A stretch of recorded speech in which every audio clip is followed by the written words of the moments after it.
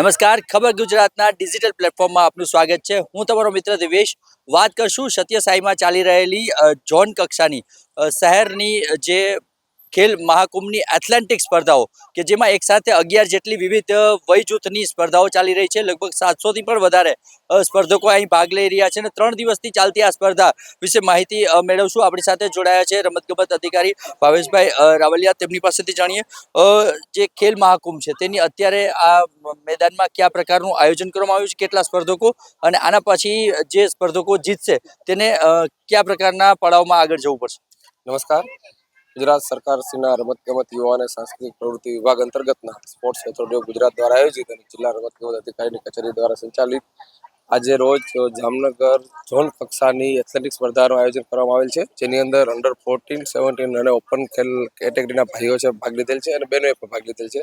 Total 750થી પણ વધારે ખેલાડીઓએ ભાગ લીધેલ છે.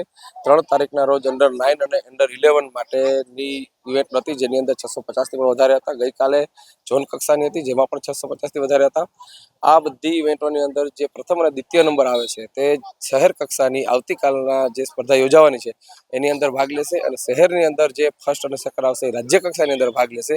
આ તમામ ખેલાડીઓને ઝોન કક્ષાએ, જિલ્લા કક્ષાએ અને રાજ્ય કક્ષાએ ગુજરાત સરકાર દ્વારા વિવિધ ઇનામો અને રોકડ પુરસ્કાર પણ આપવામાં આવે છે અને આ દરેક ખેલાડીઓને પ્રમાણપત્ર પણ આપવામાં આવે છે. આજરોજ આયોજનમાં કહીએ તો દરેક ખેલાડીઓ માટે અહીંયા ખૂબ સરસ રીતે એનર્જી ડ્રિંકની અને બિસ્કિટની વ્યવસ્થા પણ રાખવામાં આવેલ હતી. ખૂબ જ ઉત્સાહ સાથે દરેક શાળાઓમાંથી લગભગ જામનગરની અંદર રેકોર્ડ બ્રેક 750થી પણ વધારે ખેલાડીઓએ ભાગ લીધેલ છે.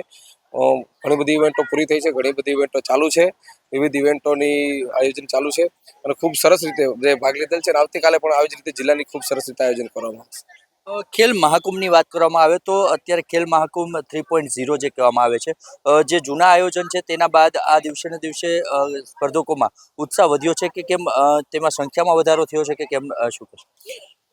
આપણી નજર સમક્ષ જ છે કે સંખ્યામાં વધારોની પણ ધરખમ વધારો થયો છે. 750 જેટલી સંખ્યા ઝોન કક્ષાએ એટલે ખૂબ મોટી વાત કહેવાય. અને શહેરમાં જે તે જૂના શિક્ષકો અને જૂના વ્યાયામ ટીચરો સાથે વાત કરી તો એ લોકો કહે છે કે સર એટલી સંખ્યા અમે ક્યારેય પહેલાં જોઈ નથી. એટલે બધે ખેલાડીઓની અંદર, શિક્ષકોની અંદર, શાળાઓમાં, વિદ્યાર્થીઓમાં અને ઓપન એજ કેટેગરીમાં પણ ખૂબ જ ઉત્સાહ જોવા મળી રહ્યો છે અને વધારેમાં વધારે એવું લાગે છે કે ધીરે ધીરે આપણે એક સારા સ્પોર્ટ્સના વાતાવરણ તરફ આગળ વધી રહ્યા છીએ એવું આપણે નજરે જોઈ શકીએ છીએ.